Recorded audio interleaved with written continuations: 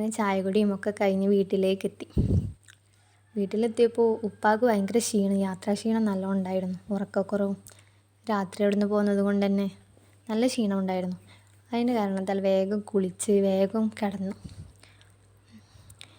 മുത്തുവിൻ്റെ അനിയൻ അബു ഇതിന് സമ്മതിക്കണ്ടേ. അബു ചെന്ന് ഉപ്പ ഉപ്പ ഉപ്പ എണീക്കുപ്പ, നമുക്ക് അങ്ങോട്ട് പോകാം ഉപ്പ, ഇങ്ങോട്ട് പോകാം ഉപ്പ, വാവിപ്പ, എന്തൊപ്പ വാവിപ്പ എന്നൊക്കെ പറഞ്ഞ് കുറേ വിളിച്ച്.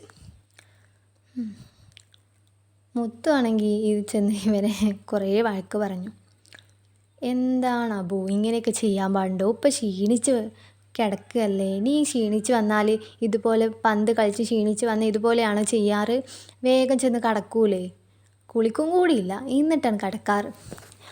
ഉപ്പാക്ക് നല്ല ക്ഷീണം ഉണ്ടാവൂലേ എന്നൊക്കെ പറഞ്ഞു. അബുവിന് ഇത് തീരെ പറ്റിയിട്ടില്ല. അവനോ മുഖം കനപ്പിച്ച് പുറത്തേക്ക് പോയി. മുത്തു പിന്നാലെ പോയി അവനെ പഴയ പോലെ കളിച്ചിരിയിലേക്ക് തിരികെ കൊണ്ടുവരാം. കുറേ കഴിഞ്ഞ് അവർ രണ്ടുപേരും ഉമ്മാൻ്റെ അടുത്തേക്ക് പോയി. ഉമ്മാണെങ്കിൽ അടുക്കളയിൽ ജോറായ പണിയിലാണ്.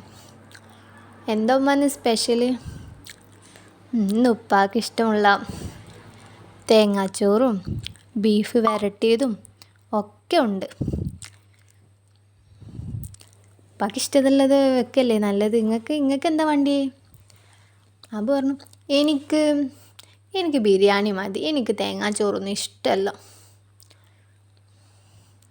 എന്താണ് അബു, നിനക്കെന്താ? ഉപ്പ വന്നതല്ലേ, അപ്പോൾ ഉപ്പാക്ക് ഇഷ്ടമുള്ളതല്ലേ വെക്കുക എന്ന് മുത്തു അവനെ ഉപദേശിച്ചു. എനിക്കെന്നാൽ നാളെ മറ്റന്നാളും ഉണ്ടാക്കി തന്നാൽ മതി ഉമ്മച്ചി ബിരിയാണി. ആയിക്കോട്ടെ, എൻ്റെ ഇഷ്ടം പോലെ ഞാൻ ഉണ്ടാക്കി തരാം കേട്ടോ. അതും പറഞ്ഞ് അവന് പുറത്തേക്ക് പോയി. ഉമ്മയും മുത്തും എല്ലാ പണികൾക്കും ഒരുക്കി. അതിൻ്റെ ഇടയിൽ അബു വന്ന് അവരെ സഹായിച്ചും ചെയ്തു.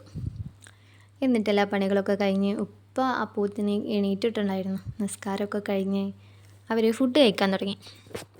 ഉപ്പ, ഇന്ന് നിങ്ങൾക്ക് ഇഷ്ടപ്പെട്ട തേങ്ങാച്ചാറാണ് ഉമ്മച്ചി ഉണ്ടാക്കി തന്നത്, എനിക്ക് ബിരിയാണി ഒന്നും ഉണ്ടാക്കി തന്നില്ല. അതെന്തേ കുഞ്ഞിമ്മോ, അവന് ബിരിയാണി ഒന്നും ഉണ്ടാക്കി കൊടുക്കേന്?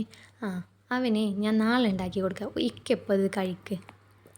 അവന് ഞാൻ എപ്പോഴും ബിരിയാണി ഉണ്ടാക്കി കൊടുക്കാറുണ്ട്, തേങ്ങാച്ചോറ് വല്ലപ്പോഴും ഉണ്ടാക്കാറുള്ളൂ, അപ്പം തന്നെ അവനക്ക് പറ്റത്തില്ല.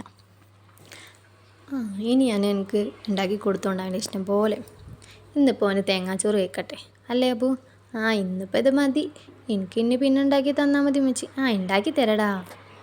അവിടെ ഫുഡ് കഴിക്കലൊക്കെ കഴിഞ്ഞ് അവർ വിശ്രമിച്ച് കൊച്ചു വർത്താനം പറഞ്ഞിരിക്കുമ്പോഴാണ് അബു അടുത്തതായിട്ട്, ഉപ്പ പൊട്ടി പൊളിക്കാനായില്ല.